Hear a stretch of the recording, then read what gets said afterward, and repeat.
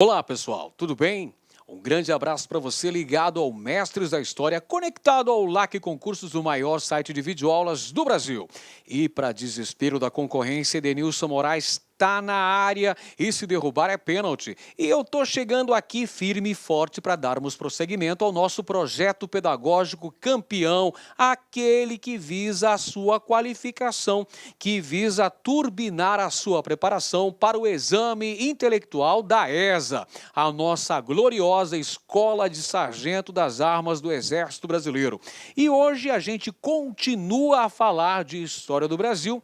Desta vez o assunto diz respeito à política durante o segundo reinado, ou seja, durante a fase em que Dom Pedro II foi o nosso imperador. Isso entre 1840 e 1889. Essa é a nossa primeira aula sobre o segundo reinado. A gente tem várias aulas que eu resolvi dividir o assunto. E neste primeiro encontro nós falamos sobre os aspectos políticos do segundo reinado. Lembrando sempre que um pouco mais de estudo pode iluminar o seu caminho. Então vamos lá, vamos mergulhar de cabeça no estudo para a gente se preparar. Afinal de contas, a concorrência é pesada, o caminho é muito árduo, é muito longo e a gente precisa de total dedicação. Então, já vou pedindo para você deixar o seu like, deixar o seu joinha, porque isso favorece no crescimento do nosso canal aqui no YouTube. Muito bem, pessoal, a gente começa falando sobre o segundo reinado, enfocando o chamado golpe da maioridade. O que foi basicamente o golpe da maioridade? Foi a antecipação da maioridade do príncipe herdeiro Dom Pedro de Alcântara. Um golpe que foi articulado no parlamento brasileiro. Um projeto apresentado pelos liberais e que visava promover a pacificação interna no Brasil.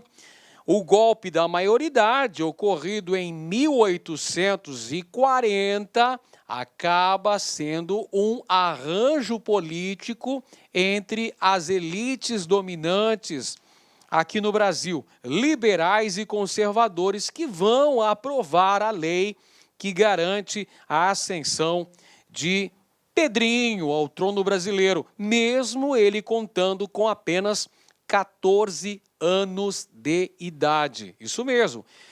Pedrinho tinha 15 anos incompletos, porque ele fazia aniversário em dezembro. E ele vai ser alçado à condição de imperador brasileiro em meados de 1840. Em meados do ano de 1840, acontece o golpe da maioridade, que era tido como um projeto que visava promover a pacificação interna no Brasil.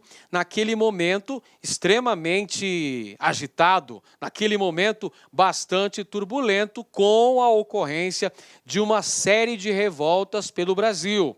Então, acreditava-se que, colocando Dom Pedro de Alcântara no trono brasileiro, seriam solucionados os maiores problemas e a ameaça de fragmentação territorial do Império Brasileiro. Vamos conferir a primeira questão para nós aqui, olha só.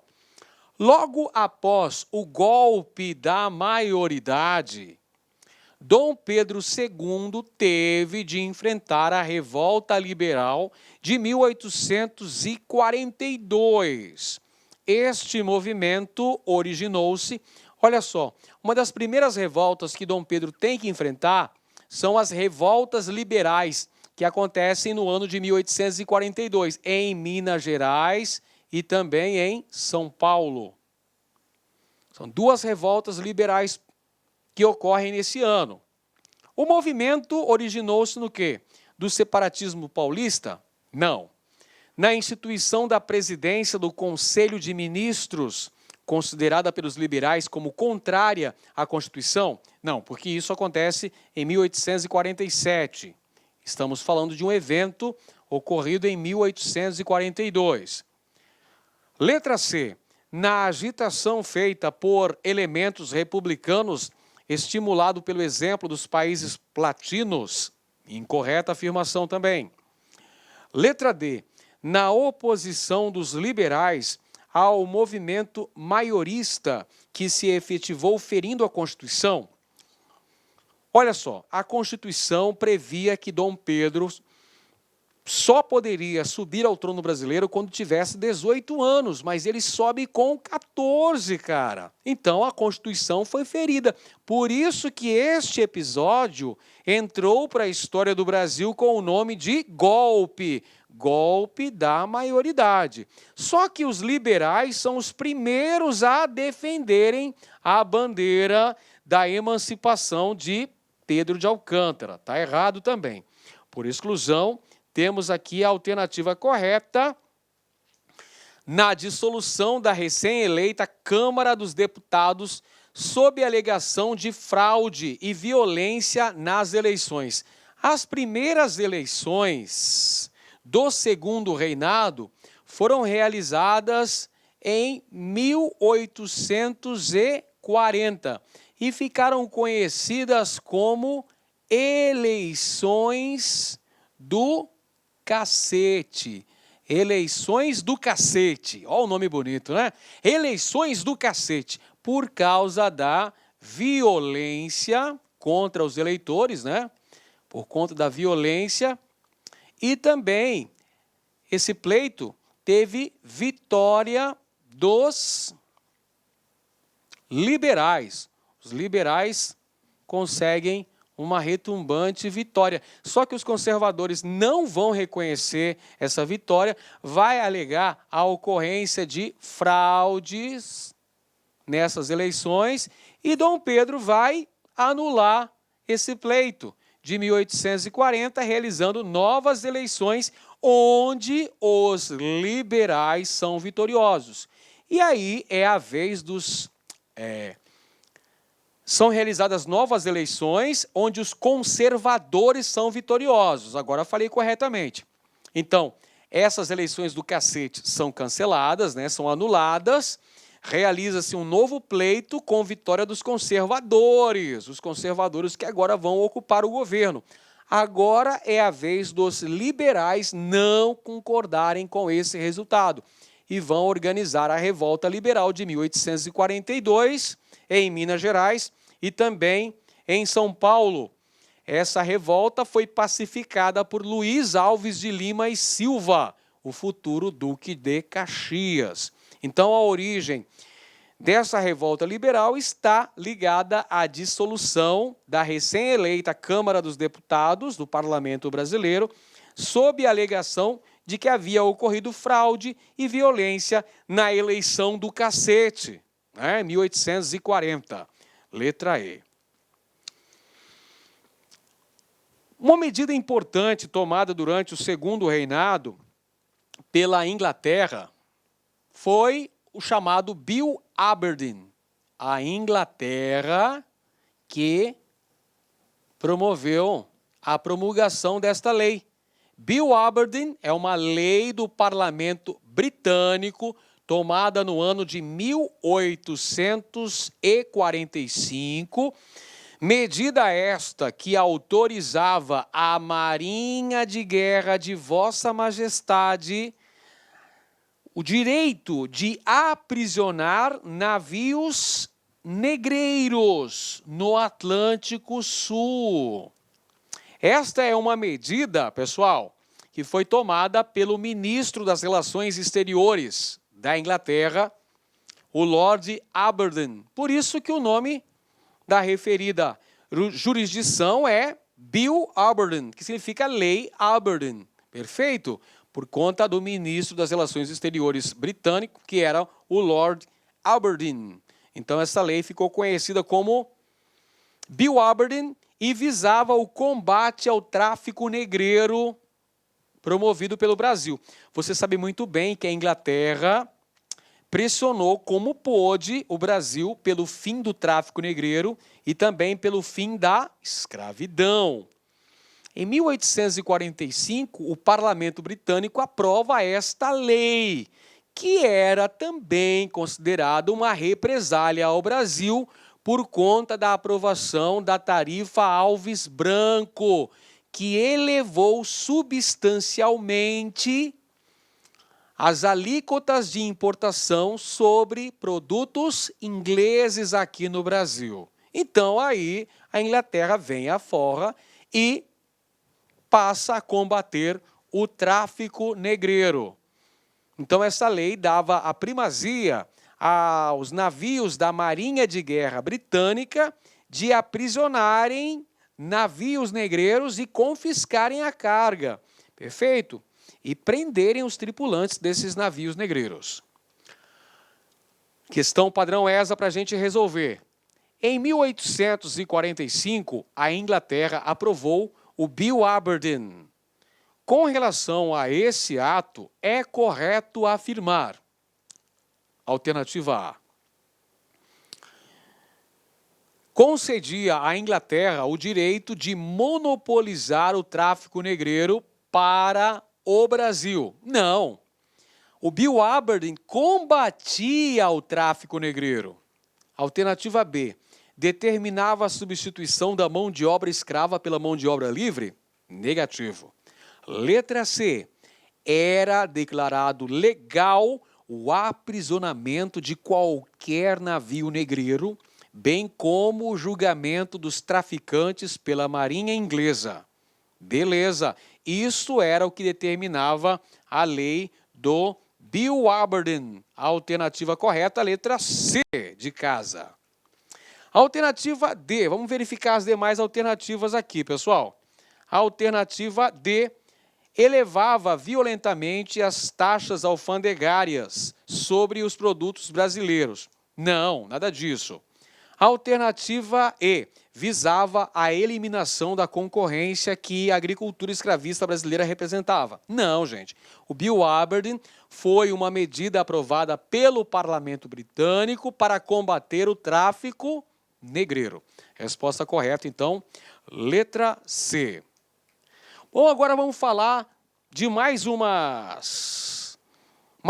das características políticas do segundo reinado, que é justamente o parlamentarismo às avessas, que foi implantado no Brasil durante o segundo reinado, a partir do ano de 1847, com a criação do cargo de presidente do Conselho de Ministros. Então, peraí.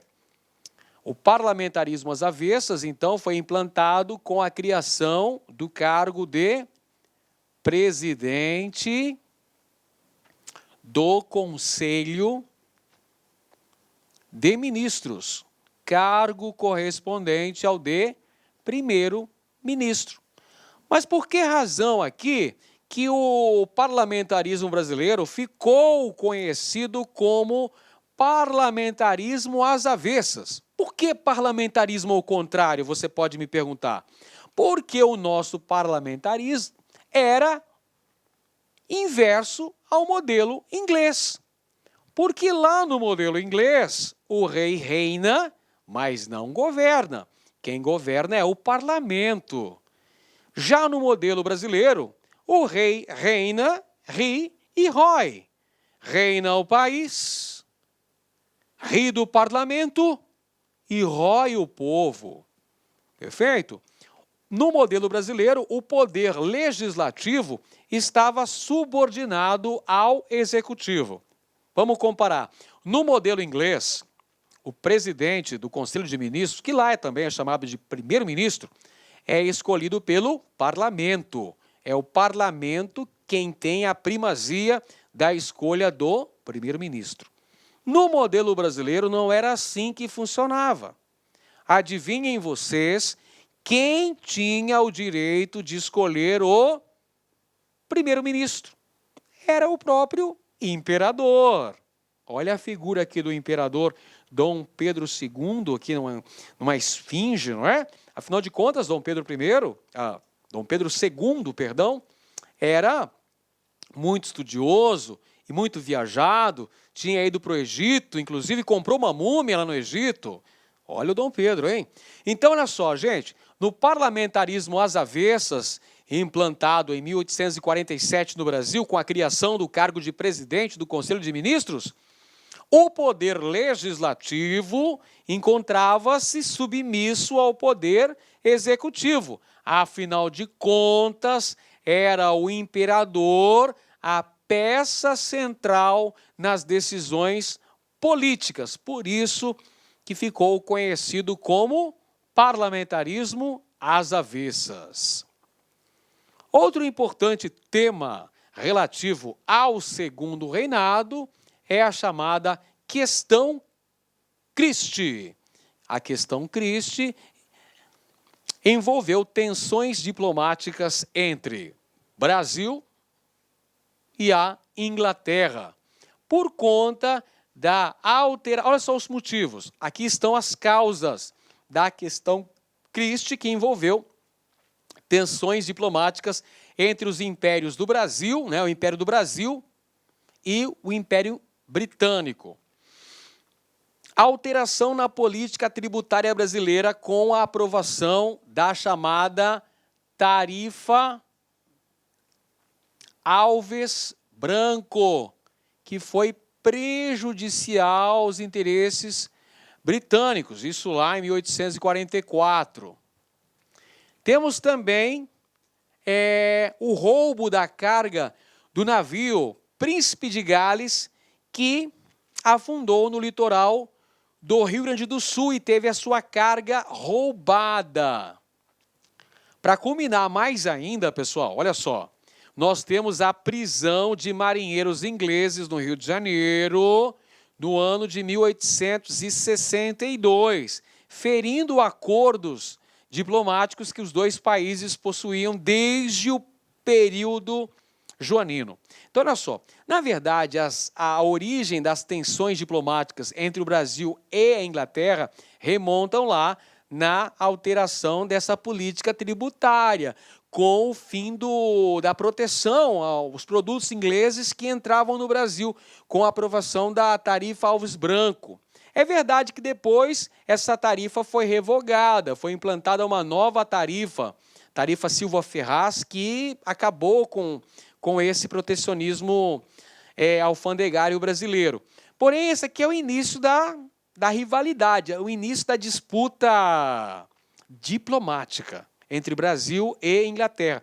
Tem a aprovação do Bill Aberdeen pelo parlamento inglês em 1845, mas o que vai azedar as relações são dois fatos aqui, pessoal.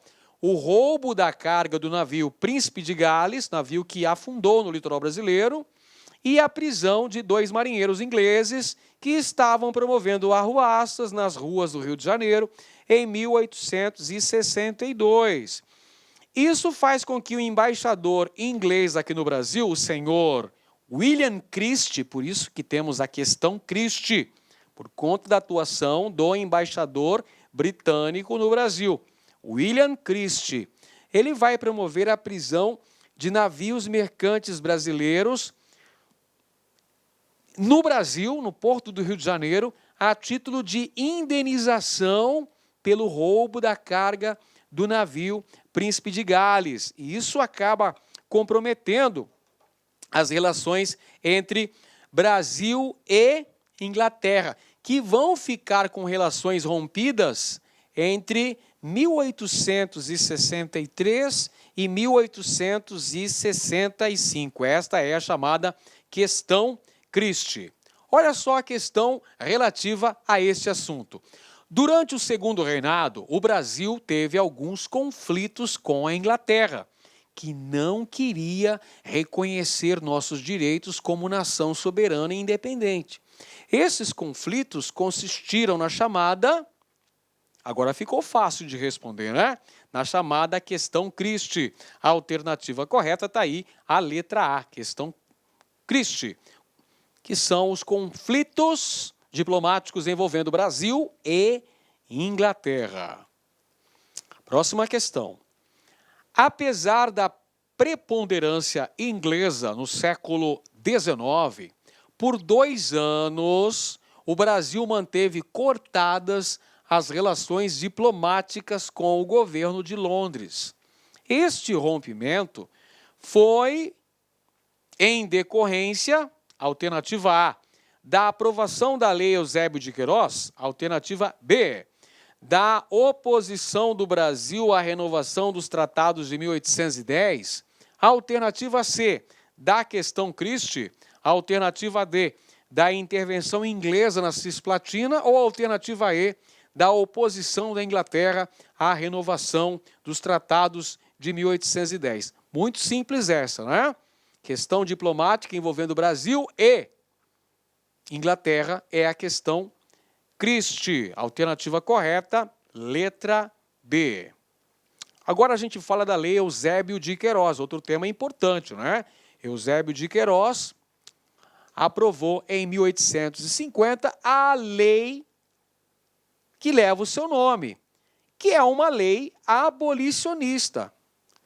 A Lei Eusébio de Queiroz, de 1850, colocou fim ao tráfico intercontinental de escravos. Então vamos lá.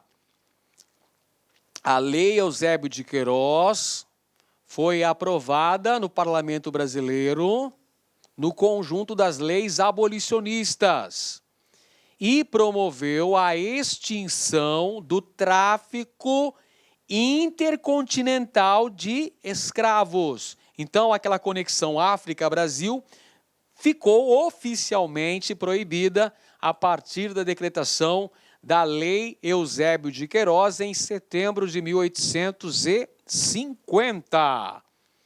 E estipulava penas duras para os infratores.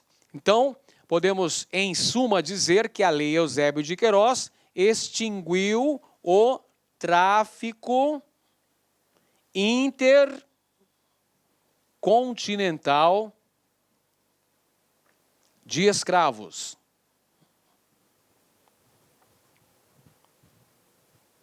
Tudo bem? Vamos lá. Questão aqui, padrão ESA. Temeroso da devolução do poder aos liberais, os conservadores promoveram em 1850 a aprovação da lei que extinguiu o tráfico de escravos africanos. Essa lei é chamada de Lei Eusébio de Queiroz, pois leva o nome do ministro da Justiça naquele momento histórico. Essa lei foi aprovada em 1850, a Lei Eusébio de Queiroz, setembro de 1850. No mesmo mês, foi aprovada uma outra lei no Parlamento Brasileiro, uma outra lei muito importante que você tem que estudar, que é a Lei de Terras. A Lei de Terras estabeleceu o critério básico para a obtenção de terras no Brasil. Qual era o critério? O critério baseado no quê? Na compra. A aquisição da terra se dava única e exclusivamente através da compra. Acabava definitivamente com o regime das sesmarias no Brasil. Determinava que a única condição para adquirir terra seria através da compra, ou através da herança também, né, pessoal? Então, quem não tivesse terra a partir de então, teria que comprar. Por essa lei, a posse da terra passava a ser regulamentada nos cartórios de registros no Brasil. A Lei de Terras acabou contribuindo para a consolidação definitiva da concentração fundiária no Brasil, ou seja, a consolidação dos latifúndios no nosso país, a grande propriedade de terra, se consolida pela aprovação da Lei de Terras em 1850, que é um importante mecanismo de restrição ao acesso à terra. Acesso à terra por parte de quem, pessoal? Por parte dos imigrantes, que vêm para o Brasil como mão de obra barata. Porque observa o contexto. 1850 começam a ser implantadas as chamadas leis abolicionistas. Ou seja, começa uma gradual substituição da mão de obra escrava pela mão de obra livre. Portanto, nós podemos dizer que a aprovação da Lei de Terras visava impedir que os ex-escravos e principalmente os imigrantes conseguissem adquirir terras no Brasil, se tornassem pequenos produtores no Brasil. Por quê? Qual que é o interesse dos latifundiários em trazer os imigrantes como mão de obra livre e assalariada no Brasil? O interesse é mantê-los como mão de obra barata, consolidando dessa maneira o latifúndio no Brasil. Questão padrão ESA. A Lei de Terras de 1850 regulamentou questões relativas à propriedade privada da terra e à mão de obra agrícola. Tal legislação atendeu aos interesses dos grandes fazendeiros da região sudeste que cultivavam o quê? Qual é o produto que tem um grande destaque no Brasil, que era produzido em duas regiões? No Vale do Paraíba, que dominou a produção, o cultivo deste gênero agrícola até meados do século XIX, e o Oeste Paulista, que passou a dominar a produção a partir da segunda metade do século XIX. No Vale do Paraíba surgiram os barões do café. A alternativa correta, então, letra D de dado, é o café, a principal riqueza do Brasil durante o segundo reinado. E adentra, inclusive, ao período republicano. Até 1930, a nossa economia era essencialmente agroexportadora. Não se esqueça disso. Outro fato importante é compreendermos o processo de consolidação das fronteiras brasileiras, que, via de regra, aconteceu durante o período imperial brasileiro. Os nossos limites territoriais foram definidos com base na atuação da diplomacia brasileira, em larga medida, durante o período imperial. A maior parte dessa consolidação, a maior parte desses limites territoriais brasileiros foram definidos durante o período do Império. E a conclusão desse processo, que ocorreu pela via diplomática, contando com a atuação, dentre outros, o mais importante, o expoente da diplomacia brasileira, o Barão do Rio Branco, que conseguiu importantes conquistas territoriais brasileiras, dentre elas a assinatura do Tratado de Petrópolis com a Bolívia, em 1903, no qual o Brasil anexou o território do Acre, naquele contexto de extração da borracha. Muito bem. Próxima questão. A maior parte da linha de fronteira terrestre do território brasileiro foi delimitada durante o período, agora está muito fácil, né? Durante o período imperial brasileiro. É durante o período imperial brasileiro que é consolidada a maior parte da fronteira terrestre do Brasil com os outros países aqui, os seus países limítrofes, aqui na América do Sul. Então é o período imperial, alternativa correta, letra A. Agora sim, chegou a hora de falarmos sobre as leis abolicionistas aprovadas durante a segunda metade do século XIX, a começar pela Lei Eusébio de Queiroz. Acabamos de falar que a Lei Eusébio de Queiroz extinguiu o tráfico intercontinental de escravos. Posteriormente, tivemos a aprovação da Lei do Ventre Livre no ano de 1871. Em seguida, tivemos a Lei dos Sexagenários, que foi no ano de 1885, e, finalmente, a aprovação da Lei Áurea em 13 de maio de 1888, assinada pela princesa Isabel. Então, olha só, o que a gente pode verificar aqui, do processo abolicionista brasileiro? Foi um processo lento e gradual. Processo lento e gradual, que teve a sua conclusão apenas em 1888, com a aprovação da Lei Áurea. Então, no abolicionismo, nós temos uma disputa entre os fazendeiros escravocratas e os abolicionistas. Os abolicionistas como Joaquim Nabuco, José do Patrocínio, quem mais? Castro Alves, várias lideranças das camadas médias, a própria atuação dos negros na defesa da abolição. Negros como, nós podemos citar aqui, quem nós podemos citar aí, meu amigo? Negros importantes nesse processo. Luiz Gama, pelo amor de Deus, Luiz Gama, grande nome aqui da luta abolicionista, não é? Então é um processo bastante lento. Tivemos primeiro a proibição do tráfico negreiro, tráfico intercontinental, África-Brasil, Lei Eusébio de Queiroz. Depois a libertação dos filhos de mães escravas nascidos a partir de 1871, que na verdade foi uma leizinha bem mequetrefe, né, cara? Como é que tornava as crianças, os recém-nascidos, livres, mas seus pais eram escravos? E esses recém-nascidos precisavam permanecer com os seus senhores até completarem 8 anos, e se o fundo emancipador restituísse o senhor, pagasse o senhor. Caso contrário,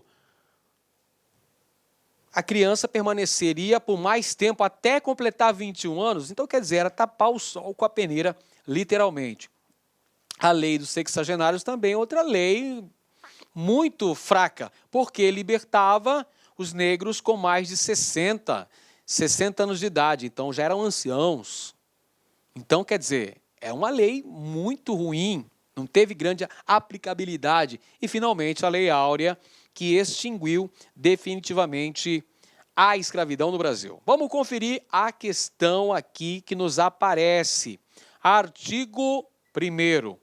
Os filhos de mulher escrava que nascerem no império desde a data desta lei serão considerados de condição livre.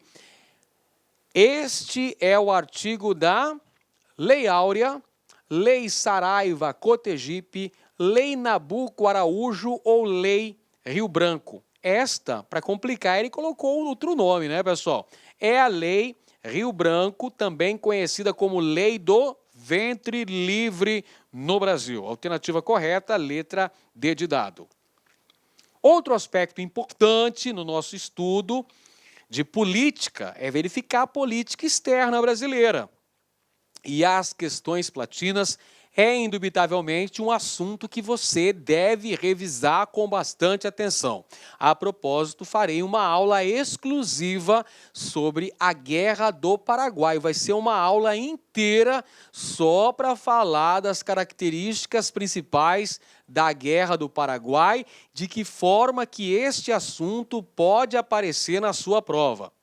Bom, as questões platinas ocorrem em razão do temor brasileiro pela unificação ali do antigo vice-reino do Prata, formado pelos territórios que deram origem às repúblicas da Argentina, Uruguai e Paraguai. Então o Brasil tinha um temor pela reunificação platina, pelo surgimento de uma potência na região. Por isso que o Brasil tratou de jogar terra em todos os movimentos que pensassem em promover uma suposta união dessas regiões aí.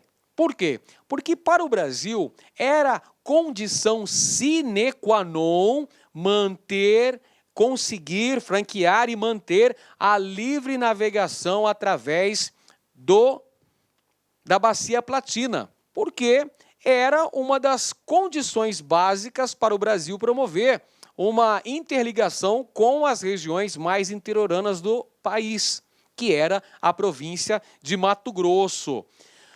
O Brasil, então, muito preocupado com a questão da unificação da Argentina, que se deu em meados do século XIX, no contexto ali da eclosão da Guerra do Paraguai, e o Brasil também preocupado com a modernização do Paraguai, governado à época pelo ditador Francisco Solano Lopes. E outro aspecto é que o Brasil também possuía interesses econômicos e políticos no Uruguai, onde o Brasil apoiava o Partido Colorado, em oposição ao Partido Blanco, que era mais ligado à Argentina. Vamos lá. Questão sobre a política externa do Segundo Reinado. Vamos a ela. A política externa do Segundo Reinado do Brasil foi marcada por um envolvimento em constantes lutas na Bacia do Prata durante quase 20 anos. Sobre estas lutas, a assertiva correta é, vamos lá, alternativa A. As nossas intervenções no Uruguai foram em favor do Partido Blanco e contra o Partido Colorado, rival tradicional da política brasileira na região. O contrário, as intervenções brasileiras no Uruguai foram em favor do Partido Colorado, contra o Partido Blanco. O Partido Blanco que era contra as ações brasileiras, contra a política brasileira na região. Tá certo? O Brasil era aliado do Partido Colorado. Está errado, portanto, a letra A. A alternativa B, então, vamos verificar. O presidente do Uruguai, em 1864, era Atanásio Aguirre, deposto pelas forças brasileiras que colocaram à frente do governo uruguaio Venâncio Flores, favorável ao Brasil. Sim, temos aqui uma intervenção brasileira, uma intervenção militar brasileira no Uruguai. O Brasil derruba Aguirre, que era um político branco, portanto, contrário às pretensões brasileiras no Uruguai, e coloca no lugar Venâncio Flores, que era do Partido Colorado, um aliado do Brasil. Alternativa correta, a letra B de bola. Temos a letra C. O desejo de Oribe de formar o Paraguai maior foi uma das causas da luta contra este caudilho. Nada disso. Quem desejava formar o Paraguai maior não era Oribe, uruguaio. Não. Era Solano Lopes. Solano Lopes, presidente do Paraguai. E a alternativa D, uma das causas da Guerra do Paraguai foi o desejo de Solano Lopes de restabelecer o vice-reino do Prata. Não, pessoal. Quem desejava restabelecer o vice-reino do Prata era a Argentina, tá certo? Uma das causas da Guerra do Paraguai é a disputa geopolítica pela hegemonia sul-americana e as questões com a livre navegação através da Bacia do Prata.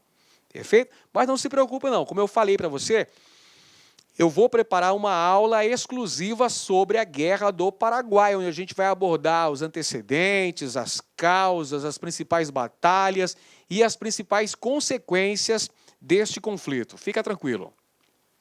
Ainda do ponto de vista político, vamos falar então sobre liberais e conservadores, que eram os dois partidos brasileiros.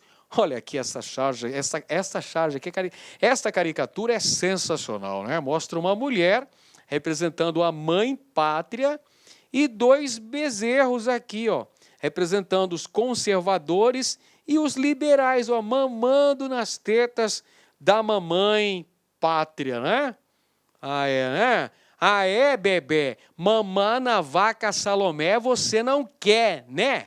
Então, liberais e conservadores, Partido Liberal e Partido Conservador, as duas forças políticas do Segundo Reinado no Brasil. Eles ficaram conhecidos como farinha do mesmo saco, pessoal. Por quê? Porque eram dois grupos rivais, mas que, via de regra, usavam do mesmo procedimento político. Eles eram ligados às elites dominantes, tanto liberais quanto conservadores, estavam diretamente relacionados com as elites dominantes brasileiras e defendiam com unhas e dentes os interesses da aristocracia rural no Brasil, praticamente sem grandes divergências ideológicas. Por isso que o povo os apelidava de farinha do mesmo saco. E esses dois grupos vão promover um revezamento razoável no poder ao longo do segundo reinado. Tanto que havia uma afirmação muito interessante, que dizia o seguinte: nada mais parecido com um Saquarema do que um Luzia no poder. Nada mais parecido com um Luzia do que um Saquarema na oposição.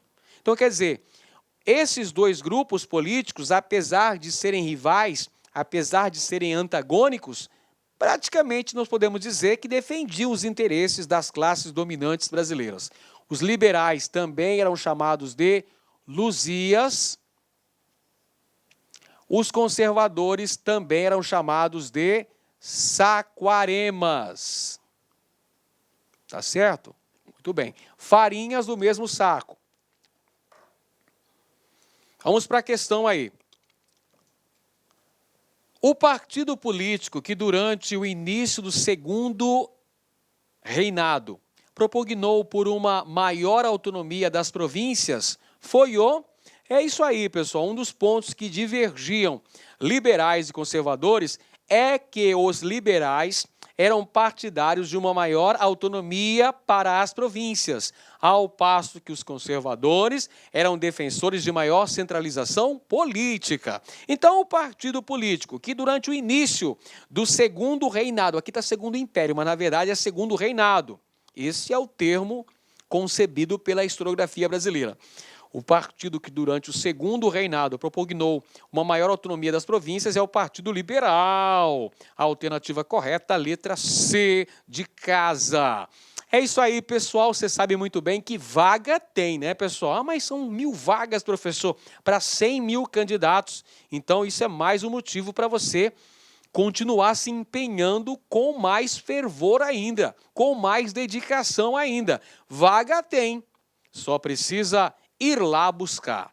Grande abraço para você, continue acompanhando as nossas aulas, curta essa aula, se inscreva no nosso canal, se inscreva também no canal do nosso parceiro LAC Concursos, que já tem mais de 400 mil inscritos e quer chegar ao 500 mil ainda esse ano, hein, pessoal? Vamos nessa! E o meu propósito é chegar a 50 mil inscritos até o final do ano, e você vai me ajudar nessa batalha, viu? Te vejo na próxima aula. Tchau, tchau! Clique lá